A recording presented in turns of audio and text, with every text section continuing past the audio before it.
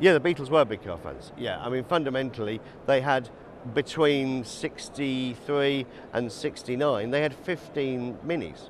That's a huge amount of Minis. They also had Minis to be incognito. So they had plain Minis as well as these mad Radford Minis. So if you want to be an incognito in London, you drive a normal Mini or you drive like an Austin 1100, a few of them had those, but you wouldn't have a massively big flashy car if you wanted to slip out of a nightclub into a car and disappear quietly.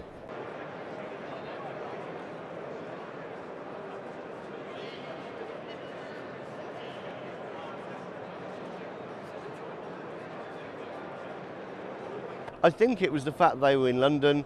You could drive around London in those days. You could go from one side of London to the other in half an hour. Can't now.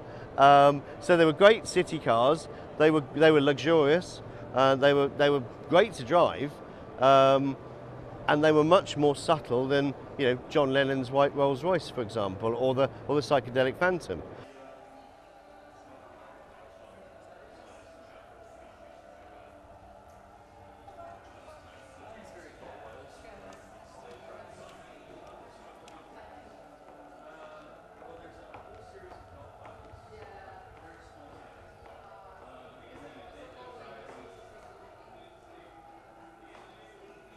The Mini beat the Aston back, so we've both been wheel to wheel in a 60s. So you'll see of the pants racing, the kind of adage that it's a go-kart definitely does apply to a Mini.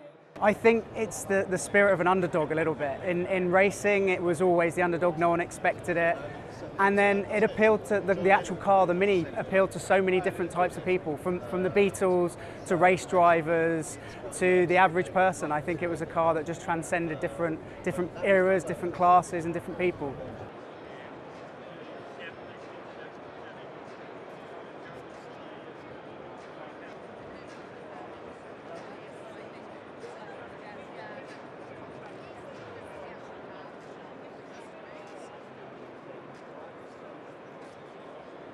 I mean, my grandfather, obviously involved in Formula One and racing through the 60s, there was the golden era of racing, as some people say. There was definitely kind of celebrities round the family house. My father tells me stories about, people like the Beatles, but also Steve McQueen sort of staying in the family house. So it was definitely a rock star kind of era of famous people with the Cooper family.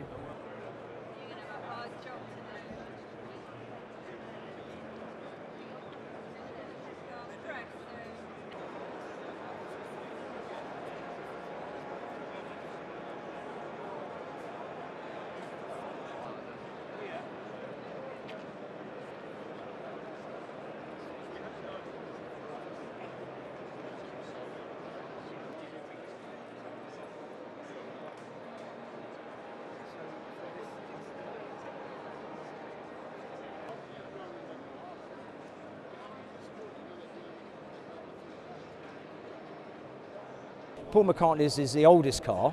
That's a 1965 Austin Cooper S that was the first type of Radford, where they did what they call the original speedometer, what they call the binnacle dashboard. The simplest form of coach-built Mini is the green one behind us.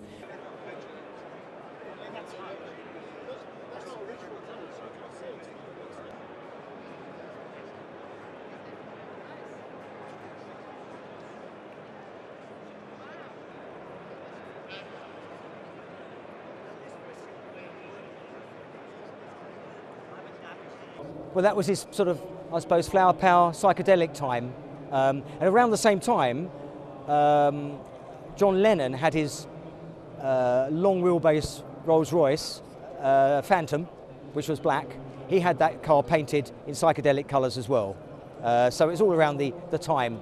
And also, George Harrison's bungalow was painted in psychedelic colours, not to match the Mini, but basically it was all around that era.